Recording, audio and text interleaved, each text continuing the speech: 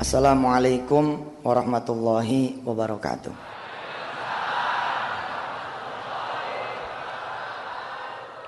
Allahumma salli wa sallim mubarik ala sayyidina Muhammadin wa ala alihi walhamdulillahi rabbil alamin. Ibu bapak yang dirahmati Allah, orang itu kan mesti punya kesenangan makan. Makannya apa? Mesti punya jagoan nih gitu. Jagoan ini kita tawarin ke orang-orang kan. Ada wirid jagoan saya, Ismullahil A'zam. Kemarinan kita bacain sama orang yang punya penyakit kanker. Kita bacain sama orang yang punya penyakit kanker, kemudian diangkat sama santri. Saya percaya, saya bilang sama Allah, ya Allah kalau baca Ismullahil A'zam kan 70.000 malaikat akan Allah kuasakan. Sekarang saya sama santri-santri saya membaca ayat ini, kirimin dah. Kalau 70.000 dikali 100 santri, itu kan 7 juta. 7 juta malaikat mengoperasi penyakit kankernya Allah angkat. Kanker loh Bu, itu udah kanker stadium berapa itu? 4. Anak kecil 5 tahun kena leukemia, kanker darah. Dan per hari ini kesehatannya di atas normal. Qulillahumma malikal mulk aja kalau dibaca betul-betul ngangkatnya naik apa tahu. Apalagi yang satu ini. Ini ayat ini dahsyat. Saya ngerasain betul. Kita bacanya sambil paham. Oh ini begini. Saya sengaja tuh ngebacain filosofinya supaya kita paham. Ibu bapak yang dirahmati Allah, kekuatan wirid itu emang bisa kita kendalikan. Surah Al-Furqan ayat terakhir. Jadi wirid itu bisa dikendalikan. Ketika saya tahu saya sedang diincar sama seseorang, saya bilang, ya Rob, saya baca nih 70.000 malaikatmu nih. Tolong kirimin, jangan kemari kirimin, ke sono aja langsung. Oh itu luar biasa. Biar dia dikeroyok 70.000 malaikat yang gue baca kan. Bahwa wirid bisa kita kendalikan. Karena emang ayatnya begitu. Kul ma ya'ba'u bikum rabbi laula du'aukum. Itu kayak angin tuh. Itu bisa arahin kemana kita mau. Makanya kalau kita orang-orang tua zaman dulu kan bilang, Kiai tolong doain jarak jauh aja deh. Itu ada benernya itu. Waktu itu kami ada acara pengajian malam Sabtu ya. Ada konser musik. Itu suaranya Masya Allah sangat mengganggu. Punjang ganjrengnya mengganggu. Terus saya ajak salah satu dari yang hadir nih, ada orangnya di sini. Saya ajak ke depan. Percaya nggak kalau kita berdoa dengan sepenuh hati, kita minta hujan lokal. Terjadi. Dia ketawa. Nggak tahu ngetawain gua apa gimana nggak ngerti. Tapi baru ngomong nih belum ngucap. Baru ngomong belum ngucap. Itu hujannya emang sesaat doang tuh. Belum kencang tuh masih angin. Saya yang ngomong juga kaget juga. Beneran ya.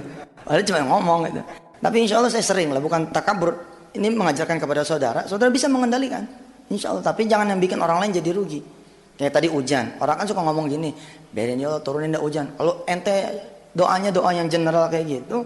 Bisa jadi Allah gak kabulin. Lah kalau gue kan doanya hujan lokal. Situ aja yang hujan loh. Jangan semua. Gitu. Tapi Masya Allah. Bapak Ibu rahmat Allah. Kita salawat kita baca. Balik nih orang ngaji dari maghrib sampai isya, wah itu suara kayak apa tahu? Namanya pagelaran musik kan, emang orang kacau dah. Nah, terus abis isya saya ngelihat teman-teman nutup jendela semua. Saya tanya itu, ngapain jendela ditutup? Biar suaranya nggak masuk Ustadz. Ya lo gimana sih? Orang lain yang seneng kita kepanasan, bener nggak? Orang lain yang seneng kita kepanasan, lah ngapain? Buka, kita berdoa bareng-bareng dah. Masya Allah ajaib tuh ibu. Saya berdiri di depan lapangan. Sambil turun tangga saya bilang, kalau engkau memang yang mengendalikan hujan, memang engkau yang mengendalikan suara, tinggal pilih dah ya Allah, 2 yang saya minta. Kalau emang kagak diturunin hujan, suaranya jangan sampai ada. Itu Allah sapu sekali hujan kan. Wurs gede sekali hujan. Habis itu senyap, suara tidak ada. Hujannya pun tidak ada. Lalu saya minta jamaah semua diam dan kemudian sama-sama mendengar. Saya bilang, dengerin, masih ada nggak suara musiknya? Ajaib Pak. Terus kita bilang kan, saya minta sama Allah sampai jam 9 saja. Jadi saya nyewa waktu sama Allah jam 9. Betul itu. Nih itu kita jangan egois juga. Barangkali kan orang pengen senang-senang. Kalau kita jagain orang gak senang kan kita kasihan juga. Barangkali kita itu hiburan buat orang-orang yang memang selama ini tidak punya hiburan. Kalau kita kan tiap hari dengerin CD, dengerin musik, dengerin apa. Orang lain barangkali tidak. Ya kita bilang sampai jam 9 aja deh. Nanti kalau jam 9 silahkan terusin lagi. Alhamdulillah ibu. Itu memang Allah maha mendengar. Terus kita sekarang belajar apa? Kita belajar nerusin sholat kita tadi. Ya, kita kan sholat tadi belajar tentang bagaimana mengistimewakan Allah. Bagaimana kita membuat Allah menjadi zat satu-satunya yang kita takutin. Yang kita mau omongin ini Bapak Ibu sederhana. Yang kita omongin tentang sholat tepat waktu. Tentang sholat di awal waktu. Saya menyadari saya pun masih gagal jadi manusia. Khususnya ketika saya berhadapan dengan panggilan Allah yang kadang-kadang kita tidak kuasa. Kita punya urusan membuat kita tidak mampu sholat tepat waktu. Tapi sesungguhnya itulah kelemahan kita. Kalau kita tidak mampu mengendalikan pekerjaan, berarti kita masih jadi budaknya pekerjaan. Kalau kita masih belum bisa mengendalikan waktu, berarti kita masih menjadi budaknya waktu. Maka ibu bapak yang dirahmati Allah, kalau punya anak yang saat ini lulus SD, jangan ragu-ragu masukin ke pesantren-pesantren yang model kayak Darul Quran. Pesantren yang tidak mengutamakan yang lain kecuali sholat. Ilmu termahal buat anak kita itu bukan matematika, bukan bahasa Inggris, bukan komputer. Itu mah pengikut saja. Tapi ilmu termahal buat anak-anak kita, bagaimana dia bisa ngomong gini, "Pah, udah azan, ayo kita ke sholat." Itu yang harus kita cari.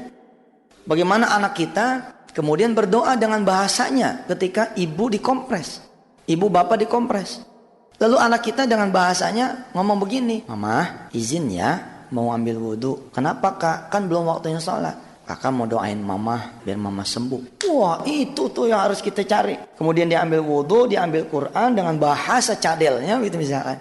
Dia bacain Fatihah. "Ya Allah, Engkau kan yang maha menyembuhkan.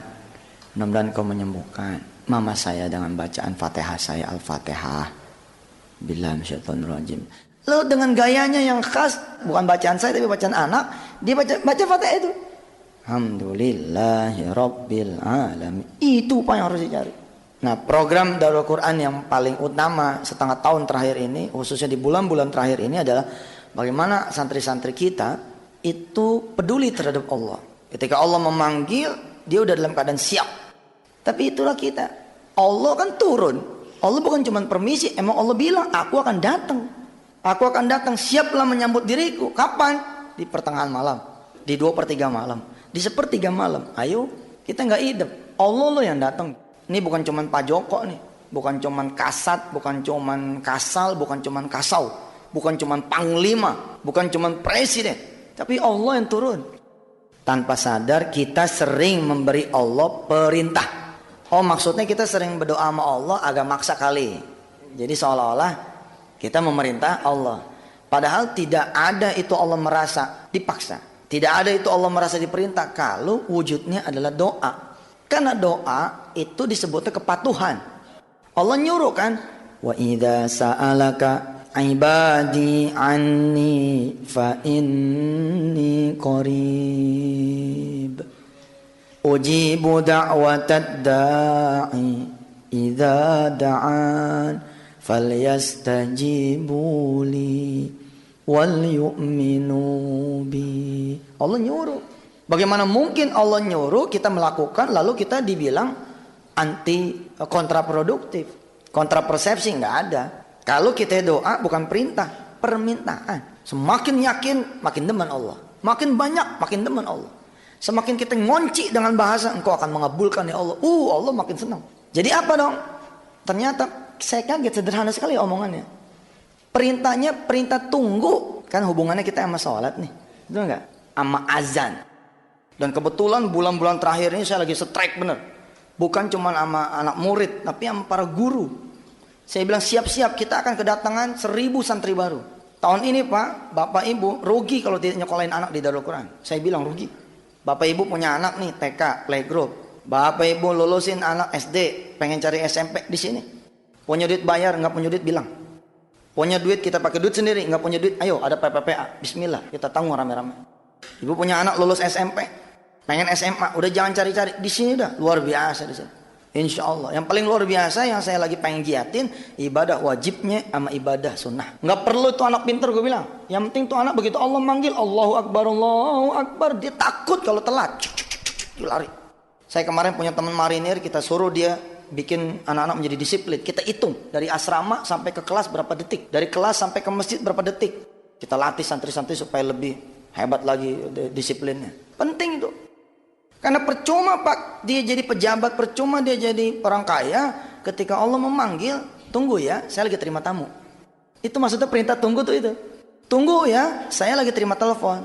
Mekanik bengkel lagi betulin motor. Allah manggil, Allahu Akbar. Tunggu ya, tanggung nih, saya lagi benerin mobil.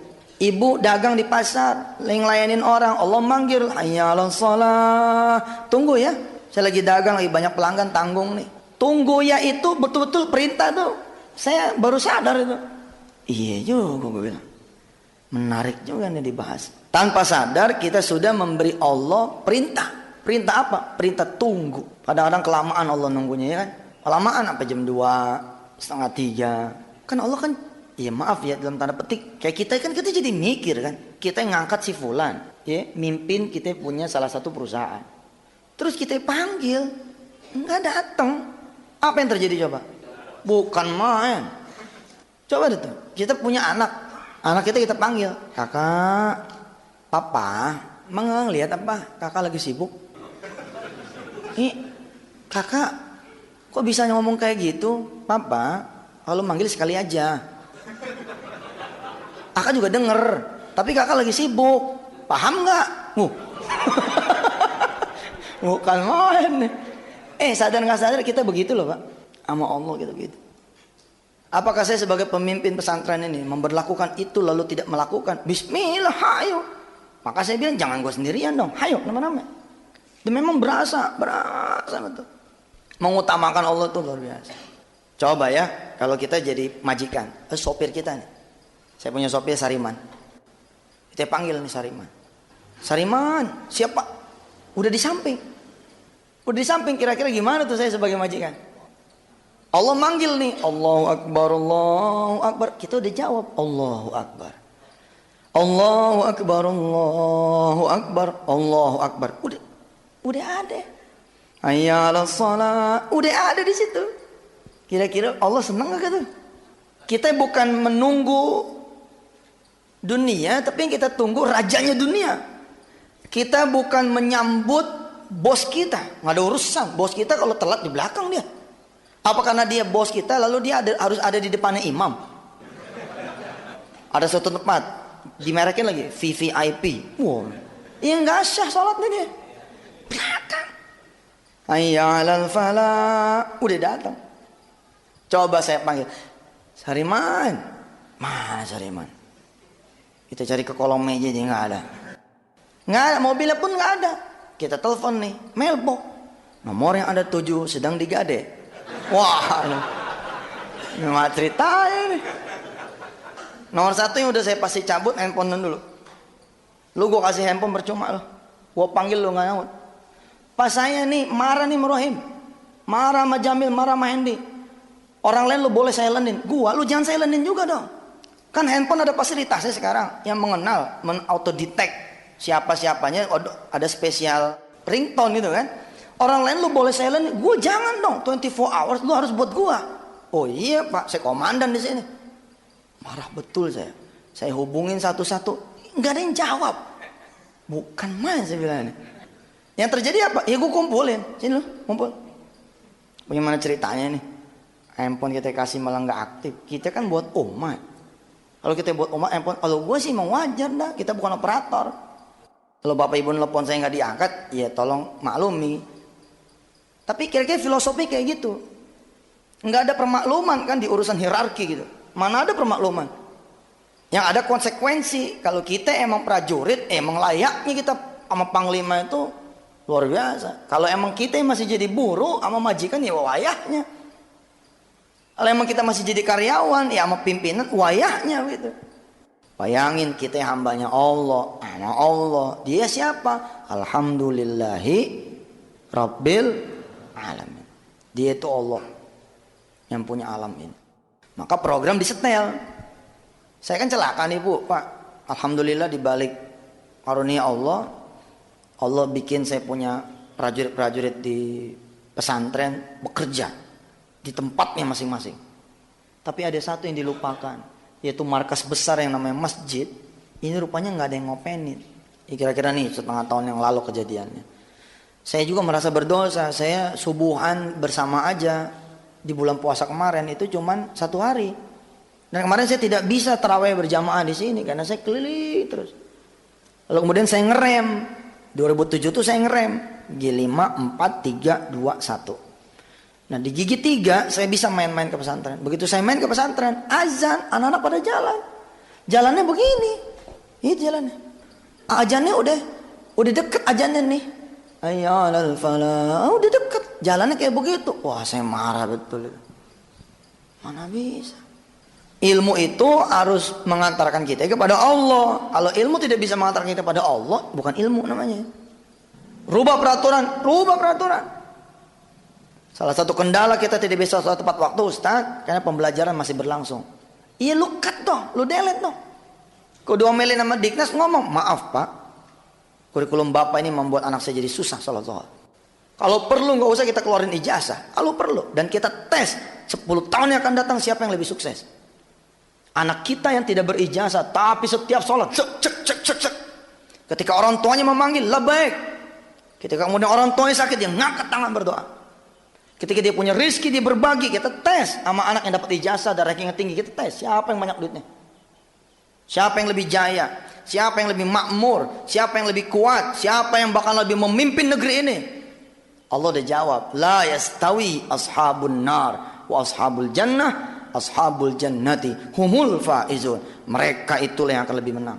Tapi itulah kita kan takut. Makanya bahasa Quran apa coba?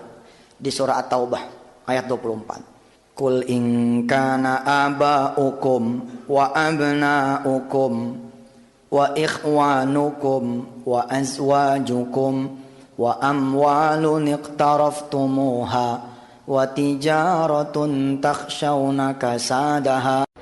Welcome to the Integral CJ's Management, Indonesia's first of commercial jockey educations, associations, and management. Nomor 1, sibuk tiada henti. Nomor 2, kita jadi orang yang kurang tiada cukup. Sibuk tiada henti. Kemudian yang kedua, kurang tiada cukup.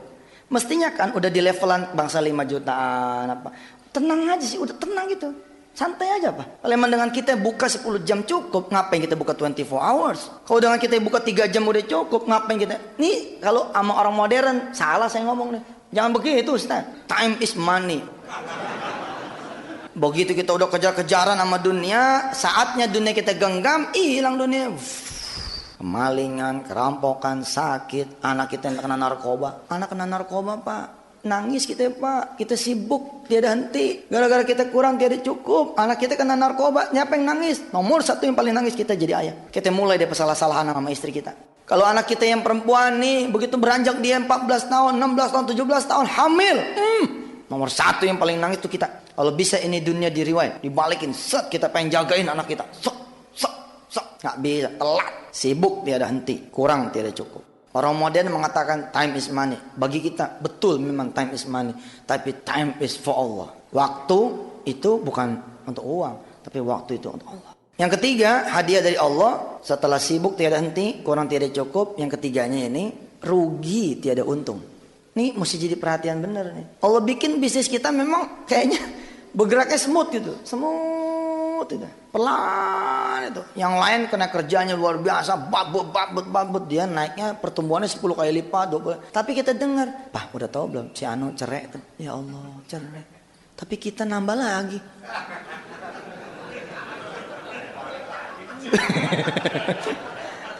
Orang lain cerai lah kita nambah, bukan main ya kan? Pak si Anu cerai tuh. Masya Allah. Alhamdulillah ya Pak ya. Kita sih punya mobil emang cuma kijang tua yang buat ke pasar. Iya benar, yang buat jalan-jalan ini Honda terbaru. Kita hidup biasa-biasa aja Pak, tapi alhamdulillah. Pagi kita masih ngelihat anak, kita masih melihat ibu. You just smell our daughter's hair. Woi mantap nih. Kita coba cium wanginya rambut anak kita. Itu membahagiakan sekali loh. Anak kita keramas, terus kita cium dia punya rambut. Weh mantap. Bukan main. Betul gak? Coba situ pejemin mata. Situ bayangin anak situ pada mandi dengan sampo merek Darul Quran. Deki sampo, insya Allah dijamin pada gatel. Kita cium wanginya menusuk hati kita. Aduh, anak papa yang paling cantik, paling manis. Begini dong kalau jadi anak papa mah yang cantik, yang seger. Ibu itu seminggu gak hilang tuh baunya. Coba kita begitu kita bangun pagi, ya gak?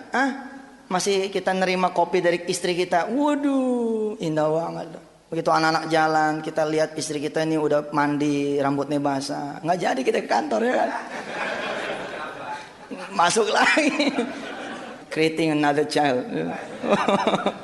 Bikin anak yang lain. Masya Allah ibu. Kalau kita perhatiin Allah perhatiin kita benar. Tanya coba suami ibu. Tanya dari bapak. Sepanjang 2007, 1427 Hijriah, 1428 Hijriah, sekarang udah 1429. Berapa kali kita ngajarin Yasin, ngajarin baca Quran, alif-alifan sama anak kita. Kakak udah sampai mana ngajinya? Udah jauh Pak, udah Iqra 3. Masa sih? Coba Papa pengen dengar. Bentar ya Pak, anak bangga Pak digituin Pak. senang merasa ada perhatian dari kita. Terus anak kita yang megang nih Quran. Coba baca. A'udzu billaka, bukan a'udzu. A'udzu billah kakak, bukan a'udzu. Lihat papa, lihat mulut papa nih. A'udzu. Terus anak kita baca sambil ngeliatin kita. A'udzu billahi minasy benar itu. Nirrajim.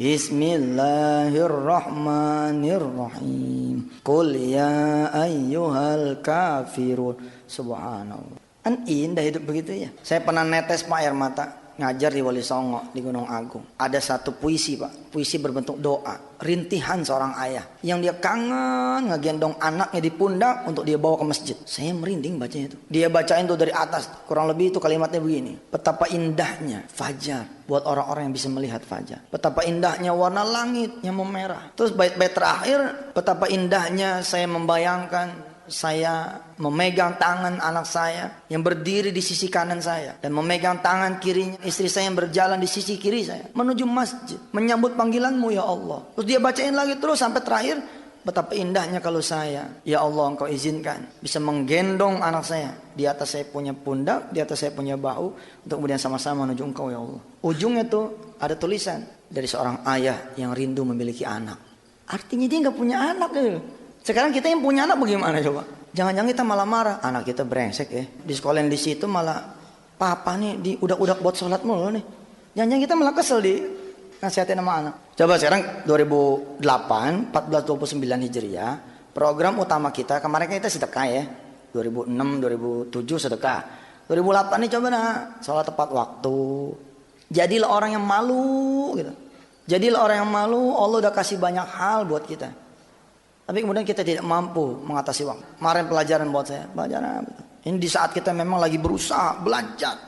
Saya bilang saya bukan orang yang patut dijadikan contoh, masih juga belang belentong. Tapi alhamdulillah tahadus bin nikmat, saya sudah mulai menjadi orang yang gelisah kalau tidak tepat waktu. Minimal itu dah. Jangan sampai kita lost gitu. Dia aja salat udah jam 2. Bukan, ini baru jam 2 ini. Jangan sampai kita ngomong begitu. Tenang aja Pak, baru gue jam 5. Subuh kita bangun. Kesiangan nggak ada rasa dosanya. Kemarin pelajaran tuh saya janjian sama dokter nganterin istri saya. Tuh dokter bilang saya cuma ada sampai jam 4. Saya ngitung nih. Waduh, saya pikir wah tadi kenapa saya khotbah di CR ya? Kalau saya khotbah di rumah kan pasti bisa keburu. Tapi saya tepis kan tidak ada yang berkehendak kecuali Allah. Yalah mudah-mudahan keburu. Tapi ada konsekuensi logis nih. Kalau saya jalan jam 2 ke Gandaria, ini bisa tepat waktu bisa tidak. Program kita kan program pengen ngebenerin sholat tepat waktu. Iya kan? Program pengen ngebenerin. Harus saya mencari masjid. Ini faktor niat nih. Harus mencari masjid. Jadi kalau kita dulu janjian, kalau kita janjian jam 4, kita akan ngitung lewat jalan mana yang di situ ada masjid enak, kita mampir. Dulu kan kita nggak ngitung nih. Sekarang masukin di hitungan. Sebab di jam itu, di jam 3 lewat 10, kalau memang sekarang kan asarnya jam 3 lewat 20. Jam 3 lewat 10 kita udah ambil ancang-ancang masjid mana yang kita bakalan mampirin. Pak, ini faktor niat. Hingga kemudian datang waktu maghrib, dia terusin ke isya, baru dia pulang. Indah, apa yang terjadi Pak? 7 hari Allah pindahin kerjanya. Mikir dia, wah begini ya. Ada lagi jamaah yang cerita, ketika dia beriado itu sholat benar-benar dia tepatin dia punya waktu. Itu kejadian-kejadian unbelievable terjadi. Dia janjian sama orang gak ketemu Pak. Dia pikir udah hilang nih. Udah bangsanya hilang. Dia sholat nih, set. Di barisan sholat. Lah kan orang kalau konsen kan nggak kenal siapa kanan kiri Pak. Kalau orang konsen nggak tahu siapa kanan kiri sampai kemudian salam kan. Begitu salam kan kita biasa salaman tuh. Kita salaman, Bapak di sini. Iya. Rumah anak kan di sini dekat. Coba Pak. Kita dijamu di pimpinan proyek di rumahnya. Itu Allah tuh. Dia dijamu di pimpinan proyek di rumahnya. Padahal dia anggap dia udah nggak bakal ketemu. Ada anak muda dia janjian jam 11 di Wisma Nusantara. Malamnya neneknya ngomong bangun malam. Supaya Allah bikin urusan jadi enteng. Temuin Allah dulu sebelum nemuin orang. Dia temuin Allah. Lupain ini anak baru sholat malam. Jadi habis subuh dia tidur lagi ngantuk. Telat Pak. Telat datangnya. Dia naik 78. Bukannya turun di Sudirman. Malah turun di Arion. Kaget dia bukan kepala. Begitu bangun melek di Arion. Waduh. Jamnya 11 Pak. Jamnya juga jam 11. Coba. Bisa kayak gitu tuh. Masih ada waktu tapi udah keringetan sudah. Udah di Arion. Dia pikir wah telat. Dia udah mau pulang. Pulang kan naik mobil yang sama tuh. Dia nyebrang ke depannya. Dia nyebrang ke depannya naik bus lagi Pak. Sampai di daerah-daerah Cempaka Putihan kalau tidak salah dia cerita itu. Naik seorang bapak. Lama-lama ngingser ke tengah. Dikasih duduk sama dia. Pak silakan duduk. Oh jangan adik aja duduk. Gak apa-apa bapak aja. Duduklah dia nih. Dengan dasi taruh turun satu kancing. Udah aut-autan. Ditegur mau kemana pak? Mau ke Sudirman. Di mana Sudirman ya? Wisma Nusantara. Oh saya juga mau ke situ pak. Ngapain ada ke situ? Ada panggilan kerja pak. Tapi ini saya telat pak. Nggak sari-sarinya saya sholat malam, semalam sholat malam, akhirnya ngantuk. Saya jalan habis subuh, bisa ketiduran sampai di Arion. Oh, panggilan kerja di lantai berapa? Lantainya sih nggak paham pak, nanti baru sampai sana baru saya mau tanya kantor di sebelah mana. Nggak tahu si anak ini, penginterviewnya itu dia. Bener pak itu kejadian, Masya Allah itu. Pokoknya kalau kita datang ke Allah, Allah cariin buat kita. Allah pantesin. Tapi kalau kita nggak datang ke Allah, Allah bikin kita jadi jauh. Ceritalah kemudian si bapak ini kenapa dia bisa sampai naik bus. Mobilnya itu bannya betus. Sederhana kan Allah bikin betus bannya. Lah kunci mobilnya kemarin sore dibersihin. Bersihnya sebersih-bersihnya. Tuh kunci mobil gak dinaikin ke atas. Hari itu dia nungguin taksi gak ada yang lewat. Nungguin bajai di daerah itu yang udah gak ada bajai. Naik bus. Gak tahu gimana ceritanya pokoknya naik bus. Ya udah dek nanti saya anterin ke ruangan ini dia. Begitu turun. Subhanallah. Ratusan orang pas sudah nungguin. Ratusan orang nunggu, tapi karena cantelan kita Allah yang maha memiliki ratusan orang ini. Begitu turun di bus, suratnya mana suratnya? Surat panggilan interview mana? Itu ada tulisan tuh, sebutlah Bambang Santoso gitu ya. Apa katanya orang? Nih gua ini saya nih yang tanda tangan. Bingung dia. Oh bapak maaf pak. Nggak apa-apa yuk langsung ke ruangan saya. Tapi kan saya telat. Ya kan telat juga, saya juga telat katanya. Begitu ngelewatin yang ratusan orang pada interview, anak muda ini ngomong, lo gak tahajud lo. Lo gak tahajud lo. Gua tahajud nih, lempeng. Barakallah ibu bapak, sambil bercanda saya mengajak bapak ibu untuk bicara hal yang serius. Ini hal yang serius loh. Serius. Jabatan kita udak, dunia kita udak, Allah gak kita udak. Kegagalan saya membayar hutang. Insya Allah karena saya mikirin hutang itu. Semakin saya pikirin, habis saya punya badan. Sekarang agak gemuk kan.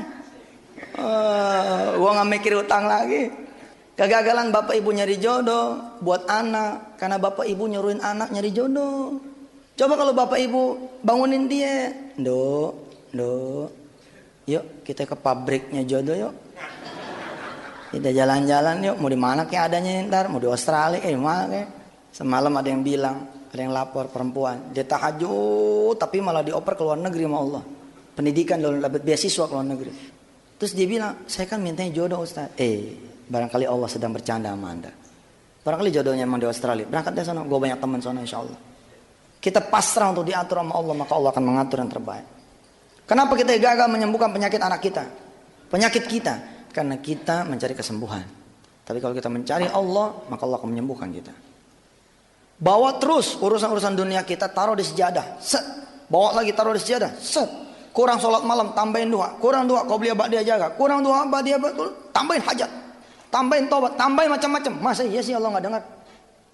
Kita ketuk terus pintunya, kita ketuk. Assalamualaikum ya Allah, assalamualaikum ya Allah, assalamualaikum ya Allah. Ya Rasulullah, I'm coming. Saya datang, kojikna. Masa iya sih? Yang gak datang ke Allah, Allah bagi. Yang gak datang ke Allah, Allah bagi. Coba kenapa situ yang pada punya toko, hancur. Ingat-ingat aja. Sholatnya bagaimana? Saya emang sholat. Ente emang sholat. Karyawan ente gimana? Lepas sholat gak boleh sendirian. Yang lain juga mesti kita ajak. Konselingan nomor 1 saya di perusahaan. Kalau saya konselingin perusahaan, saya ngebenerin perusahaan orang. Nomor 1 sholatnya pak. Bikin jemaah apa segala macam. Akhirnya naik. Insya Allah inilah yang kita bawa buat pulang. Kita subuh udah tepat waktu. Kita usahakan zuhur, ntar belajar. Saya bilang saya juga masih belajar. Insya Allah masih belajar. Tapi jangan sampai nggak diusahakan sama sekali. Jangan sampai ada hati yang tidak gelisah ketika kita tidak bisa. Lebih baik kita mengatur. Mas, kita makan malam jam 19 ya. Wah, jangan jam 19 pak. Jam 20 aja. Saya kalau jam 20 nggak bisa. Ya nggak apa-apa pak. Nanti cari yang waktu bapak bisa aja. Bingung kan dia. Orang lain nyari saya loh. Saya udah ngasih waktu buat anda loh. Jam 19.30. Yang kita omongin Mamang. Miliar. Saya besok sudah ke Abu Dhabi. Besok apa-apa pak. Saya menemuin orang lebih penting. Saya ada mau ketemu yang lebih penting daripada bapak. Sampai Allah pak. Sadis. Wah gitu ya. Iya saya juga udah lama gak sholat nih. Saya takjub pak, pernah nyetopin taksi 11:30. Tuh taksiman dari jamaah tablik punya kelihatannya. Kan kita suka ngeledekin jamaah tablik ya. Tapi subhanallah, kadang-kadang kita harus belajar dari mereka. Jenggotnya bangsa, aduh. Begitu dia stop taksinya, apa dia bilang? Mau kemana pak? Mau ke sana. Baik pak, tapi pak jam 12 bentar lagi azan nih. Nanti mampir dulu ya. Kita yang jadi penumpangnya mikir kan. Apa iya gitu kita bilang, kalau itu enggak saya mau nyari yang enggak sholat. Enggak kan. Malah kita naik, malah kita tambahin kan. Subhanallah. Iya pak, naik. Begitu ngeliat masjid mampir, dia nanya lagi, mau ikut turun enggak pak? Untung gue belum jadi ustad. Kalau jadi ustad, lo nengok, liatin muka gue nih. Hebat. Jadilah orang yang khosyi'an lillah. Jadi orang-orang yang memang takut pada Allah. Insya Allah ya kita belajar. Kita siapin kertas, pakai chart waktu. Senin, Selasa, Rabu, Kamis, Jumat, Sabtu, Minggu. Subuh, Zuhur, Asar, Maghrib, Isya, Subuh. Qobliyah, Ba'diyah, Qobliyah, Ba'diyah, Qobliyah, Ba'diyah, Qobliyah, Ba'diyah. Begitu kita masuk Zuhur, telat, kita kasih keterangan. MT, masih telat. Masuk lagi Asar, telat lagi. TL, telat lagi. Terus nanti kita bisa ngitung. Oh ya Allah masih belum berhasil. Nggak apa-apa namanya gue belajar. Tahap lagi sampai kemudian kita berhasil. Bismillahirrahmanirrahim. Allahumma salli ala sayyidina Muhammad wa ala ahli sayyidina Muhammad. Ya Allah, Rabbi ja'alna muqiminas shalah. Jadikan kami orang-orang yang menegakkan salat. Wa min dzurriyyatina, dan dari anak keturunan kami. Rabbana wa taqabbal du'a. Ya Allah, kabulkan doa kami. Rabbana ighfir lana wa liwalidina walil mu'minina yauma yaqumul hisab. Ya Allah ya Tuhan kami, ampunilah kami, ampunilah orang tua kami, ampuni keluarga kami, ampuni jamaah kami semua ya Allah. Jangan kau permalukan kami di saat nanti engkau menghisab diri kami ya Allah. Ya Allah ya Rabbana, jadikan 2008 ini ya Allah, jadikan tahun baru ini ya Allah 1429 Hijriah menjadi tahun yang kami memperbaiki salat kami. Insya Allah kami mau ya Allah. Kami mau menyambut Engkau ya Allah. Menyambut yang maha agung, menyambut yang maha kuasa. Menyambut yang sudah memberikan kami dan anak-anak kami rizki. Tidak lagi kami biarkan Engkau menunggu kami, tapi kami yang menunggu Engkau ya Allah. Jadikan kami bisa mengajak istri kami, ibu, jamaah yang hadir, yang perempuan, bisa mengajak suami ibu. Kita bisa mengajak anak-anak kita semua lebih mengenal Allah lagi ketimbang tahun-tahun kemarin. Ya Allah, izinkan hamba-Mu ini mendekatkan diri kami kepadamu ya Allah. Jangan kau hijab, jangan kau tutup pintumu untuk kami. Ya Allah ya Rabbana, lakal hamdu ilaikal mustaka wa antal musta'an, la hawla wa la quwata illa billah. Rabbana atina fid dunya hasanah wa fil akhirati hasanah wa qina adzaban nar wa adkhilnal jannata ma'al abrar ya azizu ya ghaffaru ya rabbal alamin. Wa sallallahu ala sayyidina Muhammadin wa ala alihi walhamdulillahi rabbil alamin. Assalamualaikum warahmatullahi wabarakatuh.